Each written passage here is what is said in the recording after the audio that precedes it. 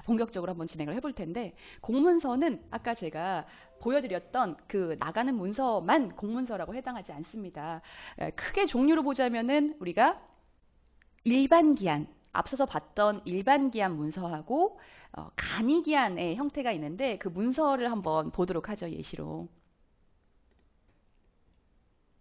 자, 일반기한과 간이기한으로 구분할 수 있습니다.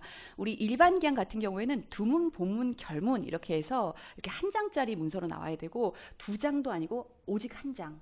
예, 한 장입니다. 그 이상 넘어가면 얘는 왜 이렇게 센스가 없을까. 예전에 어떤 문서를 봤었을 때 본문에 다 내용을 쓰고 난 다음에 한 장이 나왔는데 한 장에 뭐라고 써 있냐면 끝! 이러고 나와 있더라고요. 이런 센스 없는 짓이 있나. 여러분들 그러시지 마시고, 가능하면 자간 줄임을 한다든지 아니면은 보폭 줄임을 한다든지를 통해서 한 장에다가 깔끔하게 맞춰주시기 바랍니다.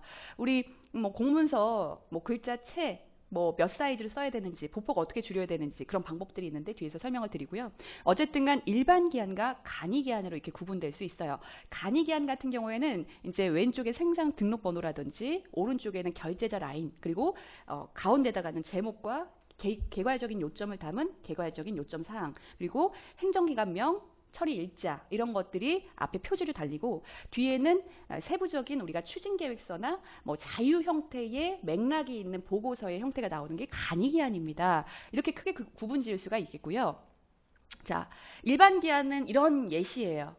예, 그래서 여러분들 가능하면은, 사실 여러분들이 신입분들이시기 때문에 그런 실수는 안 하시겠지만, 예전에 제가 어디 구청에서 제발 문서 좀 울거먹지 말아라, 베껴 쓰지 좀 말아라라는 얘기를 정말 많이 들은 게, 아니 행정기관 명도 안 바꾸고 바뀌는 행정기관 명이나 미션 문구나 이런 것들도 바꾸지 않는 상태로 그대로 기한을 올리는 경우가 있다고, 예전에 그런 경우도 있었어요. 그러니까 바뀌는 트렌드는 반영을 하시라라는 거죠.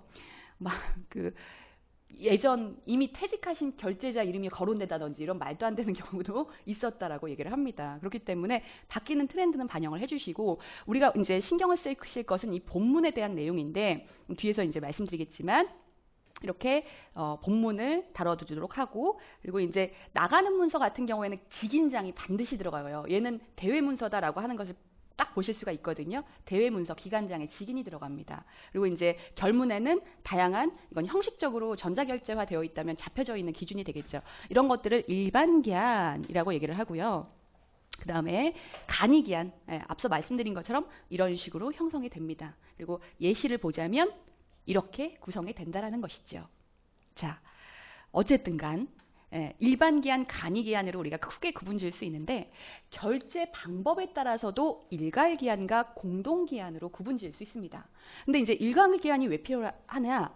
여러분들 결제자는요, 시간이 없고 시간이 금인 사람들입니다. 그렇기 때문에 빠르게 판단하고 빠르게 결제를 하는 게 좋은데, 여러분들의 문서만 결제를 하는 게 아니기 때문에 서로 관련성 있는 2개 이상의 안건을 동시에 기한할 수 있다라는 것이 일괄 기한이라는 거예요.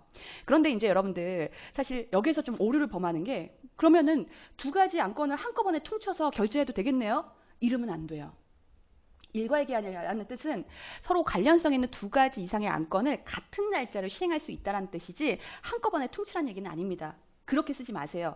1안건 1기한입니다. 그래서 한 가지 안건에 대해서는 한 가지로만 치시기 바랍니다. 그래서 2가지 그러면은 기한을 올려가지고 여러분들이 한꺼번에 결제를 올린다라고 생각하시면 되겠습니다. 서로 다르게 기한을 올리셔야 합니다. 공동기한이라고 하는 거는 2가지 이상의 행정기관의 장의 결제를 받는 경우를 공동기한이라고 얘기를 하죠. 그래서 주관기관의 자체 결제를 마친 후에 그 다음에 다른 기관의 결제를 받습니다. 이제 그런 형식이고, 이런 일반 기한도 수정을 할 수 있다라는 부분이 이제 수정기한, 그리고 서식이 있는 문서를 서식기한이라고 이제 구분 지을 수가 있습니다. 이건 참고로 알아두시죠.